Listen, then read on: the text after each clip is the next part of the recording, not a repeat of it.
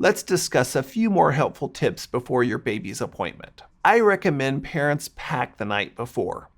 Getting ready with a baby in the early morning is already a really tough task, and you may be feeling anxious the morning of. If possible, try not to bring other children, or make sure there is an adult who can watch the other children in the waiting room or in the car. It won't be possible for the other children to be present in the room during testing because they might disturb the test. Also, dress comfortably. Your team wants you to feel at ease and relaxed.